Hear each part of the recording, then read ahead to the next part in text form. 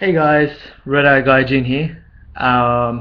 Finally got a bit of time at home with my YouTube. You probably noticed I've been in the car for the last probably 10 or so videos, and that's simply because it's the only time of the day where I have time in a quiet space by my own or on my own to record. So anyway, this video is going to be a short one, and it's about when your parents and friends come from your home country to visit you in Japan for the first time, and or after a year or half a year or even 2 years after you've been living in Japan. And there's a couple of things I want to pick out here, which are not obvious until it happens. And I think that there's a bit of a trap that you can fall into because after 6 months or a year or maybe 2 years, you start to become very comfortable with your life. You know how to get around. You know how to do your shopping. You know how to live. You know how to have fun. In the context of someone living permanently or in a medium to long term period in Japan.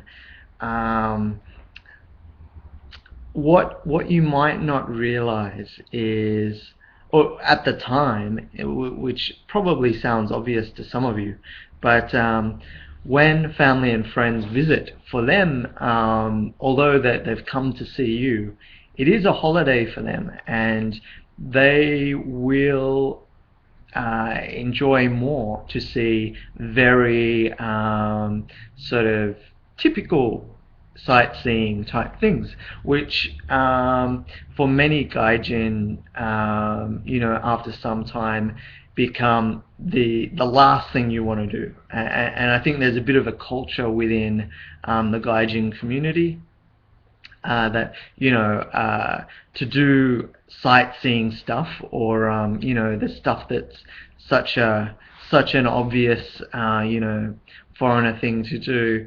It's not cool, so you may end up actually not being the best tour guide for your friend and family because what you're excited about doing is showing them the stuff you like, and that stuff might be all good. It might be fun. You may have good restaurants, but it's stuff you're doing on a regular basis.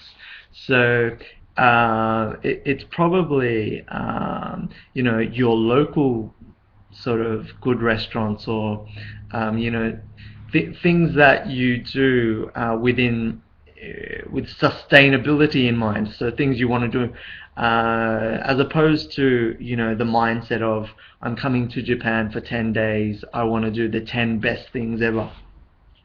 So yeah, just keep this in mind, that you may have to adjust your mindset back to that person you were before you'd ever been to Japan when you're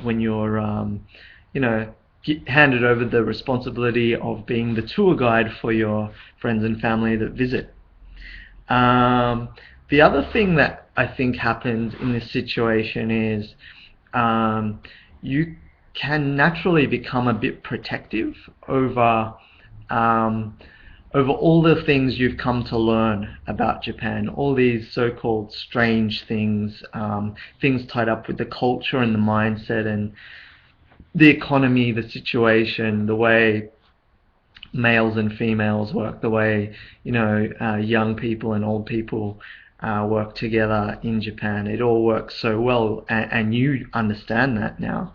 But when you are with your family and they sort of experience or see or witness some of these things for the first time, you may actually get offended by some of their reactions, and you may even become a bit snappy, because you came from where they have just come from, but you now have a much greater, deeper understanding and patience and tolerance, if you like, for the differences.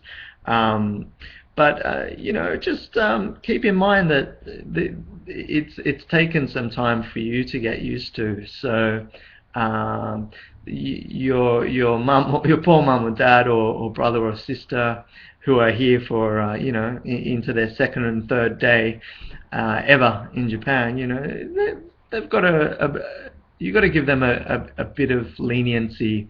They're not going to like everything straight away or at all, maybe. So just keep in mind that they won't automatically love everything that you love or everything you want them to appreciate that you now appreciate.